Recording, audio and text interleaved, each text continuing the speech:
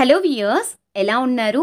మీరందరూ ఆనందంగా ఉండాలి అని మనస్ఫూర్తిగా కోరుకుంటూ welcome back to our channel. నేను మీ ఆంధ్ర అమ్మాయి నిర్మల. వారాహి నవరాత్రులు పూజ పూర్తయిపోయిన తర్వాత అమ్మవారి చిత్రపటాన్ని ఏం చేయాలి, అలానే 9 రోజుల పూజ పూర్తయిపోయిన తర్వాత ఉద్యాసన ఏ విధంగా తెలపాలి, అలానే అమ్మవారి పూజను 9 రోజులు చేసుకోలేకపోయాము, ఎప్పుడు చేసుకోవాలి అని అడుగుతున్న వారందరికీ ఇవాల్టి వీడియోలో మన వ్యూయర్స్ అందరికీ షేర్ చేస్తున్నాను.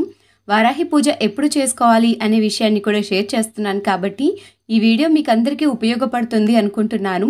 వీడియోని ఎక్కడ స్కిప్ చేయకుండా ఎండ్ వరకు చూడండి. అప్పుడే వీడియోలో చెప్పే ప్రతి పాయింట్ మన వ్యూయర్స్ అందరికీ అర్థమవుతుంది. ఇవాల్టి వీడియోలో పూజను చేసుకుంటూ నేను ఉద్యాసన ఎలా తెలపాలి అనేది విషయాన్ని మన వ్యూయర్స్ అందరికీ షేర్ చేస్తున్నా. అమ్మవారికి గాజుల మాలను వేసుకోవచ్చా అని అడిగారు. అమ్మవారికి తప్పకుండా గాజుల మాలను వేసుకోవచ్చు. ఏ అమ్మవారి చిత్రపటానికైనా వేసుకోవచ్చు, ఇబ్బంది ఏమీ లేదు.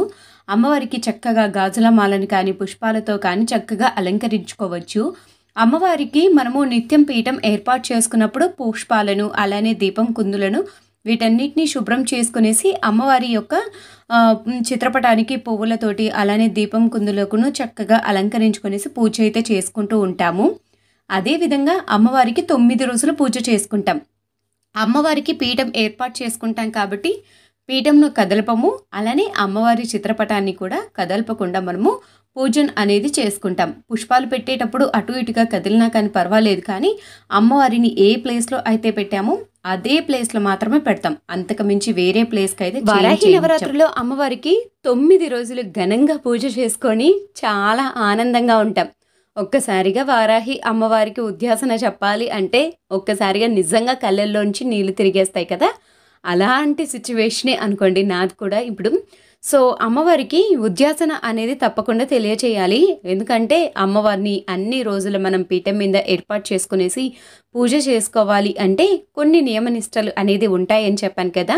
ఆడవారు ఉండే పని కాబట్టి మనకు ఇంట్లో అన్ని నియమనిష్టలతోటి అమ్మను పూజించలేం కాబట్టి అమ్మవారికి తప్పనిసరిగా ఉద్యాసన అనేది చెప్పవాలి. అమ్మవారికి ఉద్యాసన ఎలా చెప్పాలి ఏంటి అనేది ఇవాళ వీడియోలో షేర్ చేస్తా అని చెప్పాను కదా.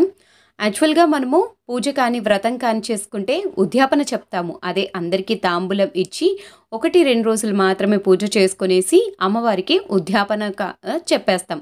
అదే 9 రోజులు వారాహి నవరాత్రులు పూజ చేసుకున్నట్లయితే అమ్మవారికి ఉద్యాపన కాకుండా ఉద్యాసన చెప్తాము. ఉద్యాసన చెప్పటం ఏంటి అంటే పీఠం మీద ఏర్పాటు చేసుకున్న అమ్మవారిని ఉద్యాసన పలకటం అన్నమాట.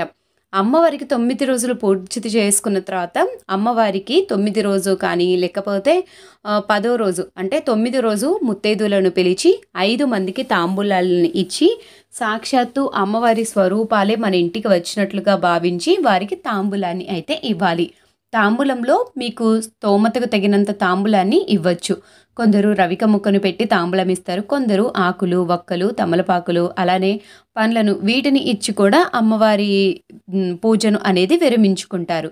అలా తాంబూలాన్ని ఏర్పాటు చేసుకునేసి అమ్మవారికి కూడా చక్కగా తాంబూలాన్ని ఏర్పాటు చేసుకునేసి ఉద్యాసన అయితే చెప్పాలి.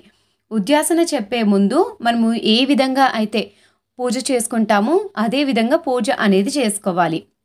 ముందుగా అయితే మనము అమ్మవారి నవరాత్రులు చేయలేని వారి గురించి అయితే చెప్దాము. అమ్మవారి నవరాత్రులు చేయలేని వారు అయితే లాస్ట్లో 3 డేస్ ఉంటాయి కదా, శుక్రవారం, శనివారం, ఆదివారం, ఈ 3 రోజులు కూడా అమ్మవారికి పూజ చేసుకునేసి 3వ రోజు సాయంత్రం కానీ 3వ రోజు ఉదయం కానీ మనం ఉద్యాసన చెప్పచ్చు. మీరు ఉదయం పీఠంను ఏర్పాటు చేసుకుంటే ఉదయం సమయంలో ఉద్యాసన చెప్పండి. అదే సాయంత్ర సమయంలో పీఠంను ఏర్పాటు చేసుకుంటే సాయంత్ర సమయంలో అమ్మవారికి ఉద్యాసన అనేది చెప్పాలి. వారాహి నవరాత్రుల్లో అమ్మవారిని 9 రోజులు పీఠం మీద ఏర్పాటు చేసుకునే వారికి ఈ 3 రోజులు పీఠం మీద ఏర్పాటు చేసుకునేసి అమ్మ పూజ చేసుకున్నా చాలా మంచిది. అమ్మవారి పూజను అయితే చేసుకున్నాము, కానీ అమ్మవారి చిత్రపటం అలానే అమ్మవారి విగ్రహాన్ని తెచ్చుకున్నాము ఎలా అని నేను ముందుగానే చెప్పాను. అమ్మవారి యొక్క విగ్రహాలు అయితే తెచ్చుకోవద్దండి, చిత్రపటాన్ని అయితే తెచ్చుకోండి అని. విగ్రహం తెచ్చుకున్నా కానీ మనకు అది మన బొటన వేలిమైన మాత్రమే ఉండాలి, అలాంటి విగ్రహాన్ని మాత్రమే తెచ్చుకోండి. విగ్రహాలు అంతకు మించి పెద్ద విగ్రహాలు తెచ్చుకుంటే మనం వాటికి పూజలు మాత్రం తప్పనిసరిగా నిత్యం చేస్తూ ఉండాలి. మన ఇంట్లో ఉండే సిచ్యువేషన్స్ కారణంగా మనం అమ్మవారికి నిత్యం పూజ చేయలేం కాబట్టి ఆ పాపం మనకే తగులుతుంది. కాబట్టి అమ్మవారికి నిత్యం పూజ చేయాలి. కాబట్టి అలా విగ్రహాలు పెద్దగా ఉన్న విగ్రహాలు కాకుండా చిన్న సైజులో ఉన్న విగ్రహాలను మాత్రమే కొని తెచ్చుకోండి. అమ్మవారి చిత్రపటాన్ని ఏర్పాటు చేసుకున్నాము. అమ్మవారి చిత్రపటాన్ని ఏం చేయాలి అనే విషయానికి వస్తే, నేను మీకు ప్రీవియస్ వీడియోస్లో చెప్పాను. అమ్మవారి చిత్రపటాన్ని నిత్యం మీరు పూజ చేసుకునేటట్లయితే అమ్మవారి చిత్రపటాన్ని ఏర్పాటు చేసుకోండి. నిత్యం మేము పూజ చేసుకోలేము అనుకుంటే లలిత అమ్మవారి చిత్రపటాన్ని కానీ, లక్ష్మీ అమ్మవారి చిత్రపటాన్ని కానీ గుడిలో కానీ అమ్మవారి చిత్రపటాన్ని ఏర్పాటు చేయవచ్చు.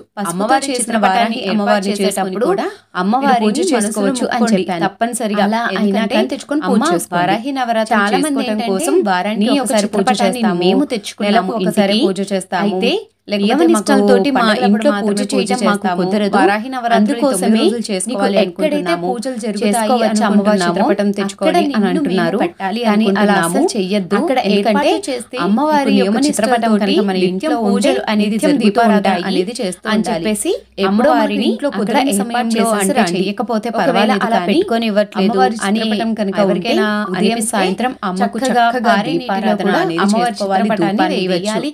అమ్మవారి ఏదో ఒక నైవేద్యాన్ని పెడుతూ చేసుకోవాలి అనుకుంటే దీపారాధన చేసేవారికి అంటూ ఎటువంటి నియమనిష్టలు అనేది ఉండవు.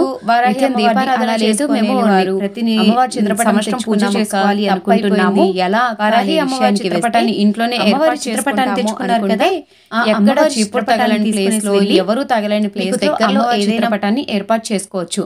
లేదు అమ్మవారిని ఏర్పాటు చేసుకున్న తర్వాత మాకు వారాహి నవరాత్రులు చేశాక మాకు చాలా మంచి జరిగింది. అమ్మవారిని మేము పూజ మందిరంలోనే ఏర్పాటు చేసుకునేసి నిత్యం మేము పూజ చేసుకుంటాము అనుకుంటే అలా కూడా పూజ చేసుకోవచ్చు. మీకు ఏదైనా తీరని కష్టం ఉన్నా, తీరని ఇబ్బంది ఉన్నా కానీ శుక్రవారం రోజు, పంచమి రోజు అమ్మవారికి పూజ చేస్తే తప్పనిసరిగా మీకు మంచి జరుగుతుంది. అమ్మవారి పూజ చేస్తే తప్పనిసరిగా మీకు ఒక మంచి పాజిటివ్ వైబ్స్ కూడా ఇంట్లో నెలకొంటాయి. అమ్మవారికి ఉద్యాసం చెప్పే రోజు మీ స్తోమతకు తగినట్లు అమ్మవారికి తాంబూలాన్ని ఏర్పాట్లు చేసుకోండి. చీరను కానీ, రవిక ముక్కను కానీ, లేకపోతే 2 ఆకులు, 2 ఒక్కలు, 2 ఖర్జూరాలు, పుష్పాలు వీటిని ఏర్పాటు చేసుకొనేసి అయినా అమ్మవారికి తాంబూలాన్ని ఏర్పాటు చేసుకోండి. అమ్మవారికి ఉద్యాసన తెలిపే రోజు తప్పనిసరిగా అమ్మవారికి దిష్టి అయితే తీయండి. అమ్మవారిని మనం 9 రోజులు చూస్తూ ఉంటాం కదా, అయితే అమ్మవారికి నిత్యం ప్రతిరోజు దిష్టి తీసినా కానీ పర్వాలేదు. ఎందుకంటే అమ్మవారికి ఎవ్వరి దిష్టి కళ్ళు తగలకుండా అమ్మవారి అనుగ్రహం మనకు కలగాలి అంటే అమ్మవారికి దిష్టి తీయండి. అమ్మవారికి దిష్టి తీయటం అంటే పెద్ద ప్రాసెస్ ఏమీ కాదు. రాగి, ఇత్తడి, వెండి ప్లేట్ను ఏదైనా తీసుకునేసి అమ్మవారికి చక్కగా దిష్టి తీసుకోవటం కోసం ఒక మట్టి ప్రమిదను ఏర్పాటు చేసుకునేసి అందులో 2 హారతి కర్పూరం బిళ్ళలను ఏర్పాటు చేసుకోవాలి.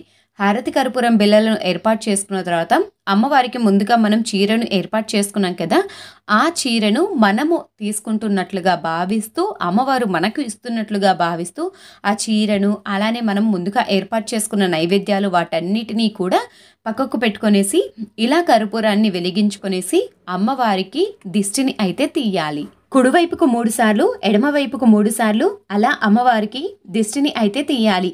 అమ్మవారికి ఉదయం సాయంత్రం 9 రోజులు కూడా ధూపాన్ని వేయాలి. మీరు 3 రోజులు పీఠం ఏర్పాటు చేసుకున్నా కానీ 3 రోజులు అమ్మవారికి తప్పనిసరిగా ధూపాన్ని అయితే వేయాలి. అమ్మవారికి ధూపం అంటే ఎంతో ప్రీతికరం. అలానే అమ్మవారికి తప్పనిసరిగా పానకాన్ని కూడా నైవేద్యంగా ఏర్పాటు చేసుకోండి.